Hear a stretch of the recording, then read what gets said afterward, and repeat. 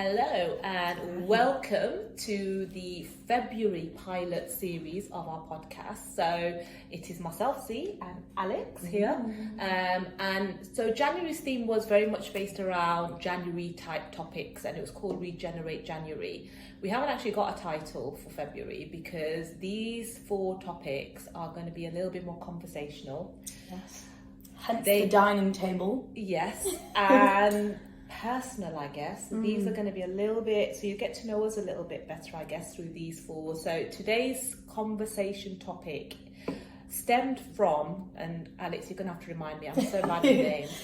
It came from, so I was watching a documentary, and it was Zara McDermott, that was it, and she was talking about the negative impact of social media influencers like herself on the mental and emotional health. She was focusing particularly on young girls. However, today we're gonna, because we come from, in case you haven't noticed, we're from different generations.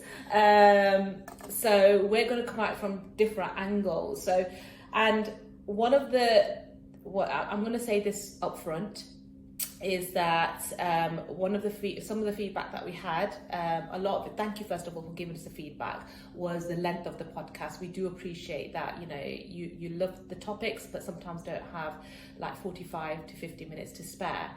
On this one we're going to have to ask for forgiveness, not permission, because it's a very heavy topic and we want to naturally let it flow. So we've not actually spoken about it, and we don't want to kind of leave you hanging on certain conversation areas because we actually don't know how this is going to go. So what we're going to try and do is to leave the unedited version on YouTube, but then we'll also have a kind of a bite-sized version with the main points that come out. So it could be anything. We don't know. We don't know how this is going to go. We'll find out. The other point that I wanted to make was we also recognise the sensitive nature of this particular subject.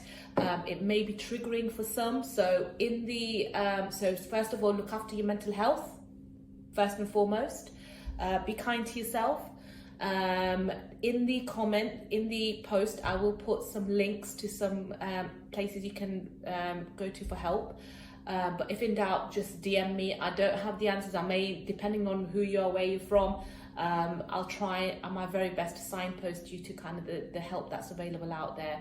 But the main thing is that there is help available out there, and the main focus or the main aim of us doing this podcast was that we wanted to open up this conversation because we really feel like it's been too long, and a lot of people in my industry don't talk about this stuff. So yeah.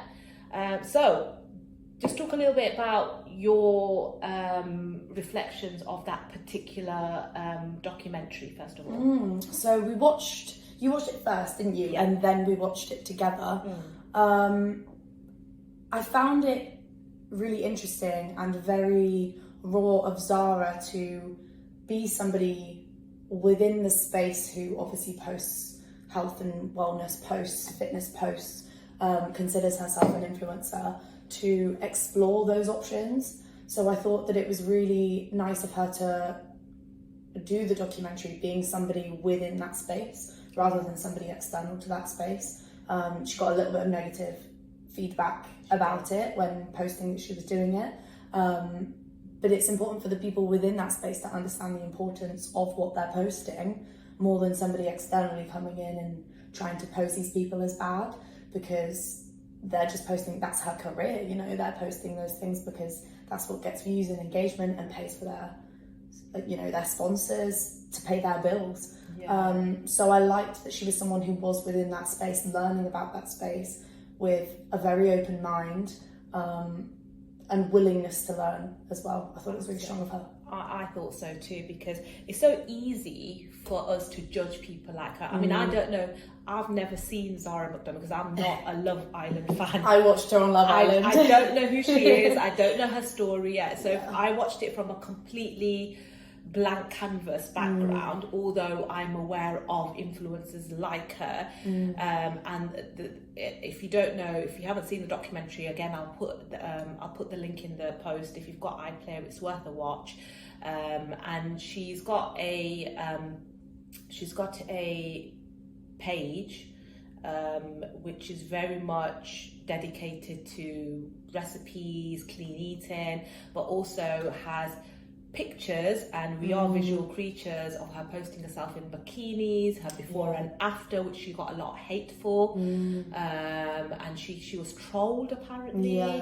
And I genuinely, it's just a world that I know nothing about, if I'm honest with you, because I was very, very intentional from the start of my kind of journey in this field to not feed algorithms. It was always about, how can I help others through my journey? How can I pass on the learnings from my journey? ZFit has never been your traditional gym. I've never cited myself as a traditional gym. I've never connected the word weight loss. This is going to be an area of controversy maybe, that I've always from the start disassociated myself with the whole weight loss. And maybe that's where I probably have lost a few people, if I'm honest, because people probably come to me thinking, you know, if I come to her classes then I'm going to look like her. ZFit has never been a place of weight loss, because that's not my journey into why I look the way I look, or the size that I am. It's never been to do, you know, going to Zumba class didn't give me a miracle cure, or going to the gym, it didn't help me achieve my goals physically. So we'll talk a little bit about that, but yeah, so interesting. But yeah, like yourself, I found the fact that she was willing to be accountable. And not a lot of people are. They're not. A lot of people don't want to hear it. So the fact that she explored the elements that she did, and in a very honest way, I thought it was really... It's very difficult for people to put themselves out there.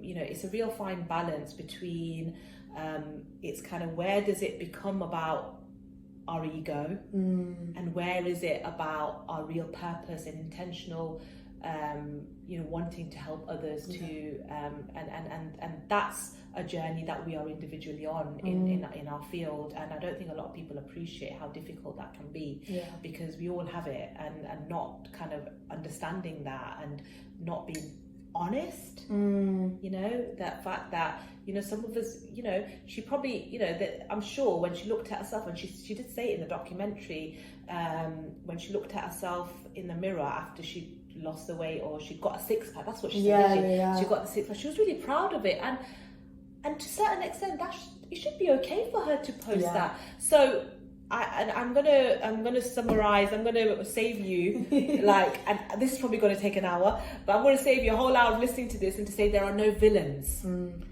either side of the fence. The villain is the algorithm, because it can only perpetuate what's already there. And I say that in the sense that, and I use this metaphor a lot.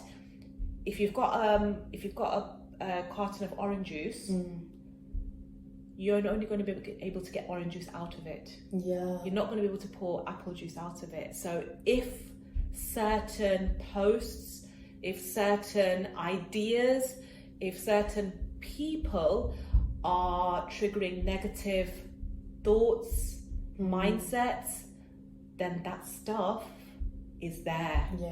And what social media has done is absolutely elevated it, brought it out. Right.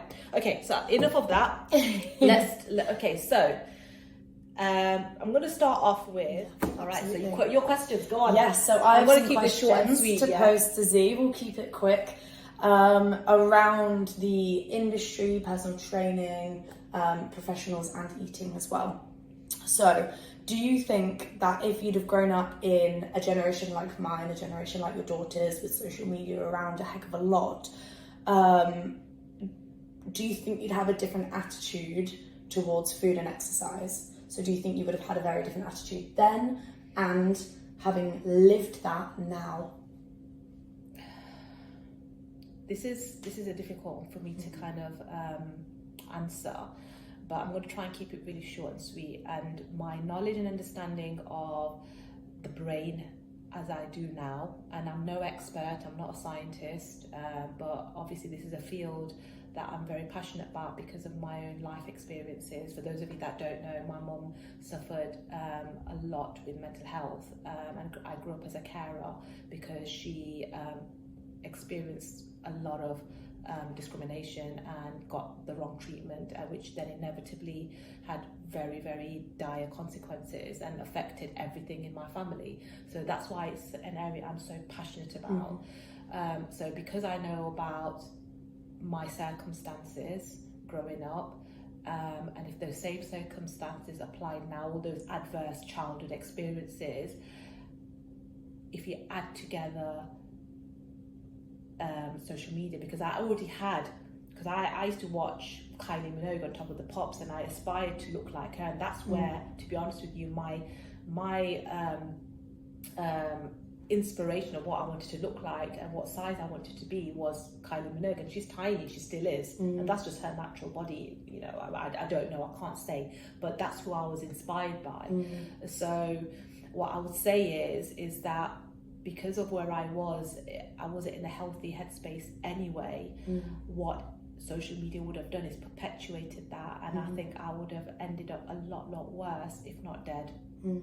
I actually think that had social media been around, that I probably would have ended up doing so much harm through dysfunctional eating to my body, because I was already told at the age of, for those of you that don't know my journey, I went from a healthy size 12/14 to a size 6/4 in a space of 3 months.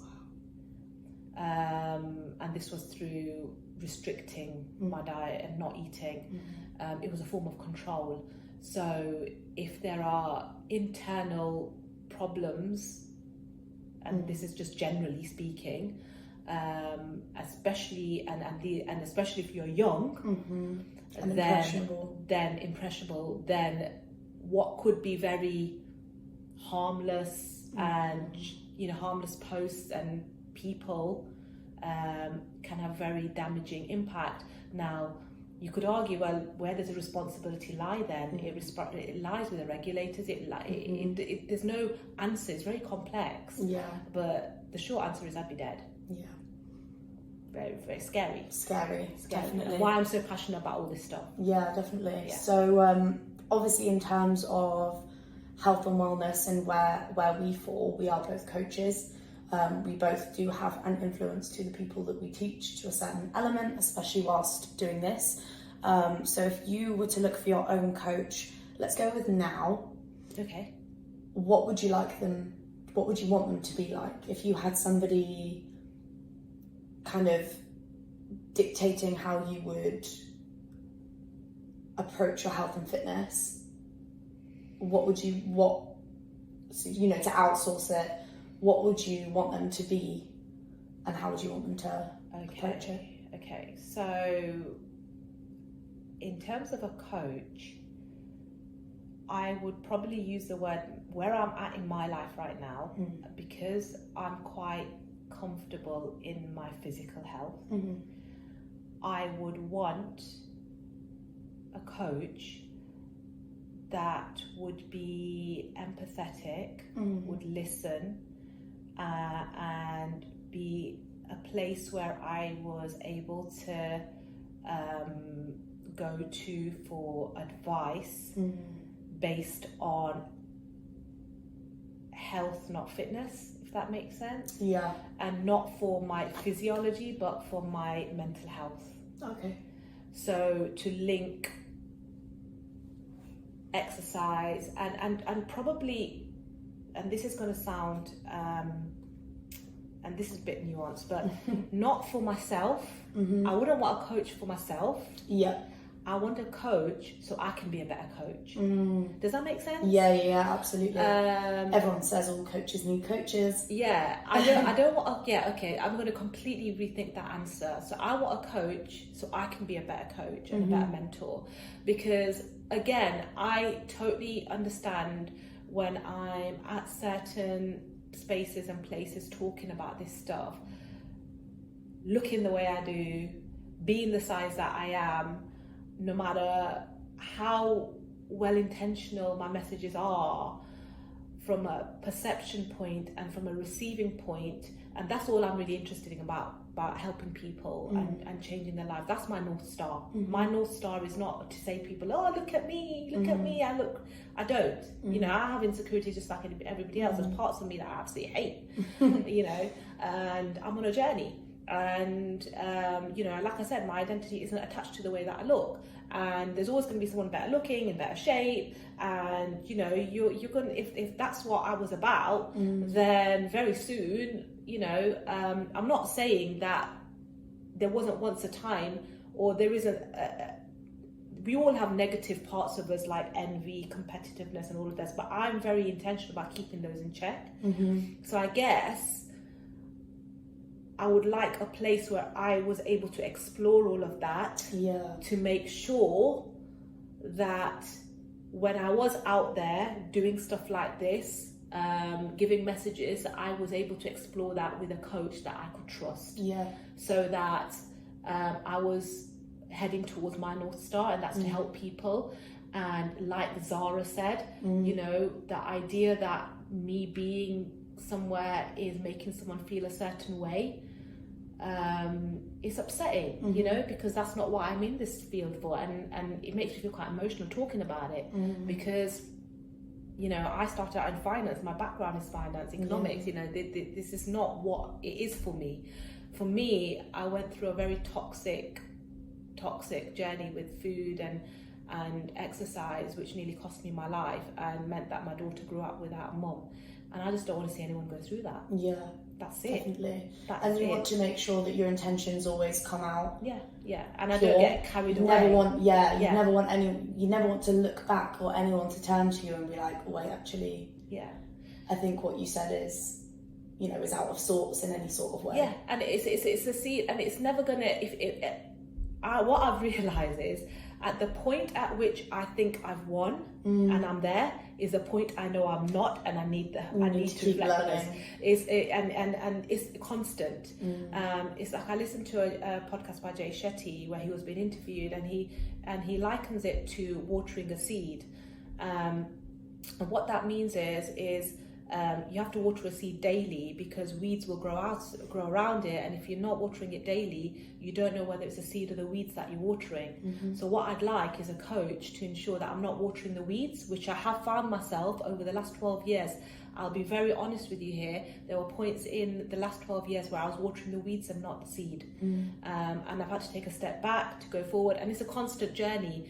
And I'm not, you know, what I've realised is that I'm the perfect imperfect. You know, I'm on this journey and I'm learning the same as everybody else. But because I know what my North Star is, that is to help everybody, not to help everybody, to help the people that can benefit from my journey. Not everyone will, because not everyone's in the same place. So whoever can benefit, whether that's one person or 1,000 people, you know, I want to be able to impact as many people as I possibly can, because it's I've been there, it's such a waste. And another thing, coming from the age that I am, and your age closer to my daughter, what really hurts me is when I see so many of you so caught up and wasting so much energy on something that means nothing. Wasting so much time on something. I hate to look back and think I wasted years of my life hunting for this sense of happiness based off aesthetics or weight or numbers or a restrictive diet. I'd hate to go back and think, I really wish I hadn't wasted however many hours of my day just and relationships, tracking my calories or time in the gym that I wasn't enjoying. There's other things you can be doing with your life. The second I'm in the gym and I'm not enjoying myself, I leave. That's it, it's done. If you're not enjoying yourself, it's time to find something else that you do enjoy. And it's why I keep getting messages about, why have you not got a timetable out? I hate the word timetable. You know, it is, you do plan, and this is why we've moved to a social experience and why I've created a toolkit, because ZFit is about care, connection and community, not weight loss. It's not a weight loss club, and I'm not going to cite, I'm not going to label any weight loss clubs as good or bad, but it's just not who we are and what we are, and it's not who I am and what I am, and it's not why I'm here. My message is probably not been as clear over the years, but that's probably because I was on the journey myself. But from this point onwards, hopefully we will be a bit more clear with that messaging. Yeah. But yeah, that's the answer to that one. If anyone saw Kevin sneaking and out there for a car key. By the way, Bye, Kevin. by the way, the next episode, which is going to be led by Alex. Today's episode, you probably realize, has been led more by myself than Alex. But the next episode, being as Valentine's Day is around the corner, is going to be about relationships. Yes. Oh God. Okay, so next question. How have your eating habits evolved as you've gone through life and learned more over time? Oh gosh, massively. I mean, oh bloody hell, massively. There's so many different angles to look at eating with. You could be here all day, but now I eat for my biology, my psychology, and my lifestyle. So I understand. I know that I love, like, straight after this, I'm gonna pick up my daughter. We're going to a fish and chip shop. I'm getting chips, which is what traditionally we've always done in our family from when I was 4 years old. On a Saturday night, we had fish and chip shop chips and chicken. I'm going to sit down with my auntie, and and I'm looking forward to it. And not one sense of guilt am I going to associate with that, because there's a balance. And again, it comes to this whole orthorexia thing. I know that brings up good memories for me of my gran, my dad, we all love eating, and we used to always get together on a Saturday night and eat and watch Saturday night TV generation games. So it brings back all sorts of good memories. And it's something socially, the benefits to me are great in terms of food. I know, as much as I am very focused on nutrition and all this kind of stuff, what's as important, not more, as important is getting the balance when it comes to the social element of eating as well. So sometimes it's kind of having that balance. So it's how have I created that balance in my life? And again, it's all about intuitively eating, about protecting my wider goal of my health. So as much as I'm going to eat chips today, tomorrow I'll be a little bit more careful, or I might not even be careful tomorrow because it's also a weekend and I might spend time with family. But come Monday to Friday, when I'm at work, well, I'll protect my goals, I'll plan my food. So it's all that balance. So yeah, it's been a journey. Nice. And then final question, but in two parts. What is one qualification / course you would love to go on to improve your knowledge as a fitness professional? And then in turn with that, to improve your knowledge just to be curious and apply it to yourself? Again, this is going to be controversial, but again, this is just my point of view, and I'm going to answer you very, very honestly, is none. I thought you were going to say that, to be honest. I'm sorry. I have nothing against, and it's absolutely needed. But what I would love to do, which is what I'm doing, is just be involved in the area of health and lifestyle and research according to different demographics, cultures, and what the science tells us about the way that we should fit it into our lifestyles, because only through lifestyle changes can you actually sustain anything. I'm sorry, and this is not to downplay anything at all, but I sometimes feel like it is the industry of fitness that places upon these perfectionist attitudes that if things aren't done a certain way, then we're going to cause harm to ourselves and stop people from actually going on that journey in the first place. And in fact, I am a level 3 personal trainer. Nothing resonated with me there. What the name of my muscles and my bones are has not helped me in any way, shape or form. The eccentric and concentric, being able to explain all of that stuff is great.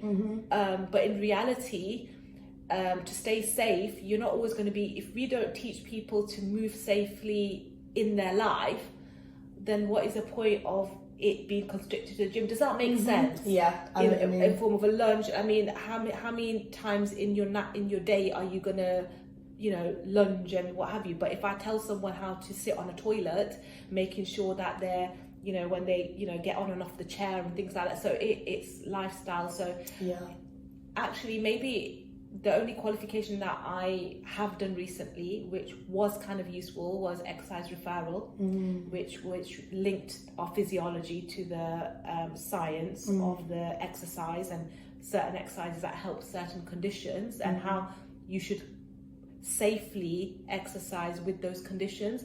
But it all to me boils down to lifestyle. Yeah, that's so nice. So one of the ones that I'd love to have a look at, and I'm literally going to go after this and see my friend who's done this qualification, is the exercise and mental health. Yes. So mental health and exercise coaching. Yeah. Another person to come out of Love Island and do something in this space is a guy called Danny Williams. Okay. And I believe, don't quote me on this, but I believe he founded it with other fitness professionals, and it's a course that they've created called Mental Health and Exercise Coaching, where they have identified that the teaching people about their muscles and how their body moves in that very limited personal training scope is not enough. A personal trainer can't get their level 3 qualification and go out there in the world and have the best impact ever. It's not enough. It's all, as we've discussed, ingrained in mental health and health and well-being. Yeah. And identifying, accepting that, and being part of this bigger element is something that is very, very interesting. And I'm going to go see my friend who's done this course later and probably discuss it with her. And I expect the thing that she'll say first and foremost is just go and do it. Yeah, so yeah, one thing I think will really, really help. You're going to have to tell me all about that. I'm so excited to learn about that, because that is one that I've looked at as well, and I think it's going to be it's an exciting field. Yeah, I know someone who's done it, someone that's in it at the moment and learning it. Brilliant. And the way that they've progressed as coaches as well has really I love it. improved. I love it. So I'm glad I've observed that and then been keen to do it. So maybe not in the near future, but maybe a little bit Absolutely, after that. and Once we've explored our own curiosity, then absolutely, definitely. The other book I'm going to cite is The Joy of Choice. The Joy Choice, I think it's called, by Michelle Seeger. She's a neuroscientist, and it's, again, in terms of the type of coach that I hope that I'm evolving into, and I see myself as, maybe not perceived as yet, but hopefully will be, is to have the joy choice, you know, to make to bring joy into fitness and to movement, not even fitness, I hate the word fitness, into movement and food, and to start loving it, enjoying it. If you notice with Z-Fit, it's always about how you feel. You know, we do nights out because that's okay. It's to remove the stigma, because that's real life. It is about making the joy choice and making the best choice for you. So for some people, personal trainers actually work. The gym works, and that's absolutely okay. So as much as I'm trying to say, it's also the opposite as well. We shouldn't be shaming or judging anybody for any of the choices that they make, as long as they are informed choices and your own choice. Be aware that when we carry a certain amount of fat, it will affect our health and our quality of life.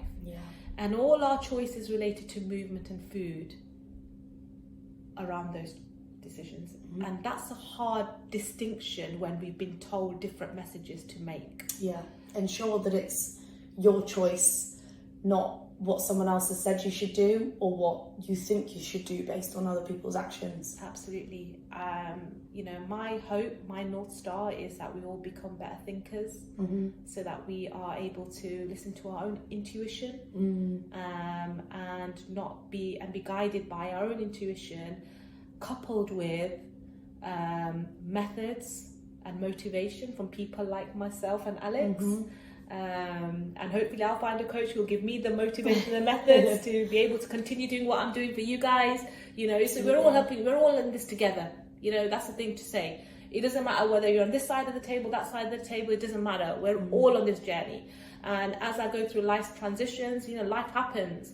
So you could be given the best meal plan, you could be given a plan, the best exercise plan. But if you go home and you have an emergency, someone gets sick, you know, you're not going to be able to follow that plan through. What I hope is that we are all able to think and to make executive decisions for ourselves in that moment that enable us to continue our health journey. Absolutely.